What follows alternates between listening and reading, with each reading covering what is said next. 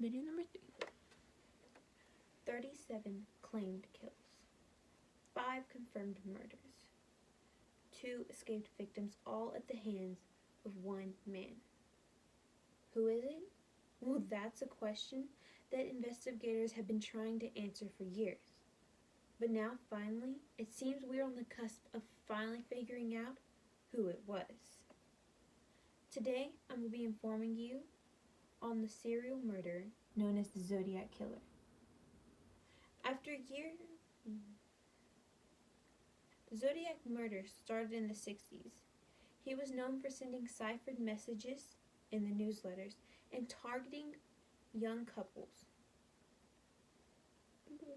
Also, after years, it seems that we may finally have an answer to who the Zodiac Killer is.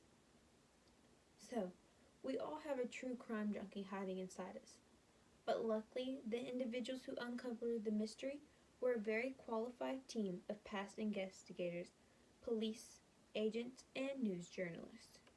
So, that leads us to a very important question.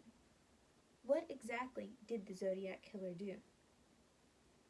As mentioned before, the Zodiac Killer targeted couples. His first victim were high school sweethearts. Their names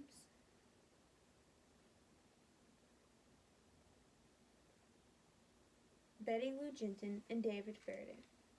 On December 20th, 1968, they went on a date.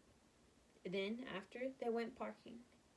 The night ended with the boyfriend being shot in the head and the girlfriend being shot in the back 5 times, fleeing from the scene.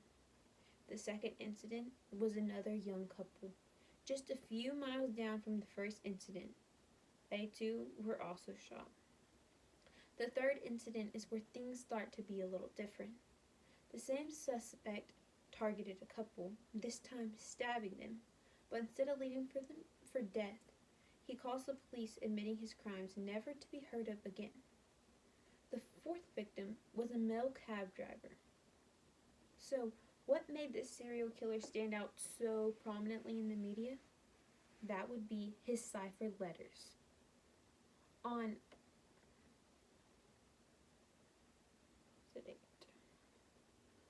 August 1st, 1969, 3 different newspapers received a handwritten letter from the Zodiac Killer.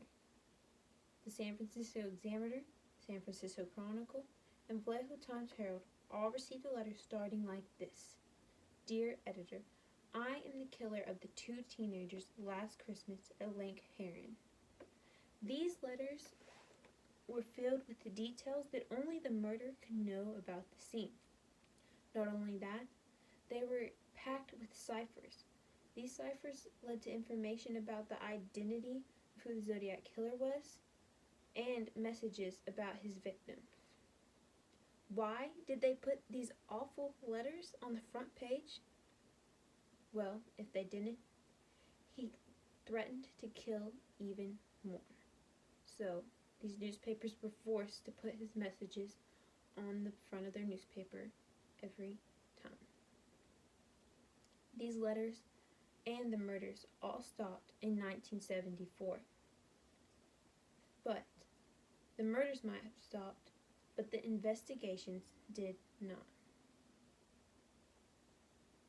According to The Guardian, in October of 2021, the Casebreakers, a team of 40 ex-investigators,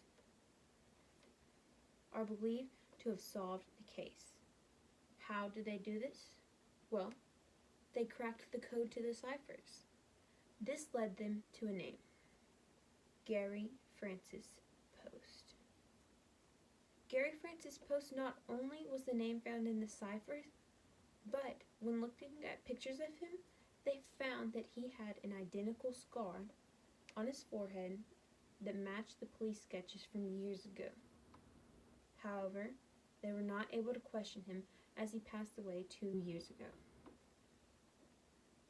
But, regardless of this information, both FBI and the police have put out statements to CNN saying that the case will remain open because the evidence the Casebreakers found is not enough to close it. So, 37 claimed kills, 5 confirmed deaths, 2 escaped victims, all at the hands of one man, Gary Francis Post. The mystery of the Zodiac Killer seems to have come to an end. After years of investigation, the brutal murder and the answer to the ciphers have finally been solved by the case breakers. So, do you think this cold case is finally solved? Is Gary Post the one to blame? Or do you think the Zodiac Killer is still out there, waiting for you to solve his puzzle?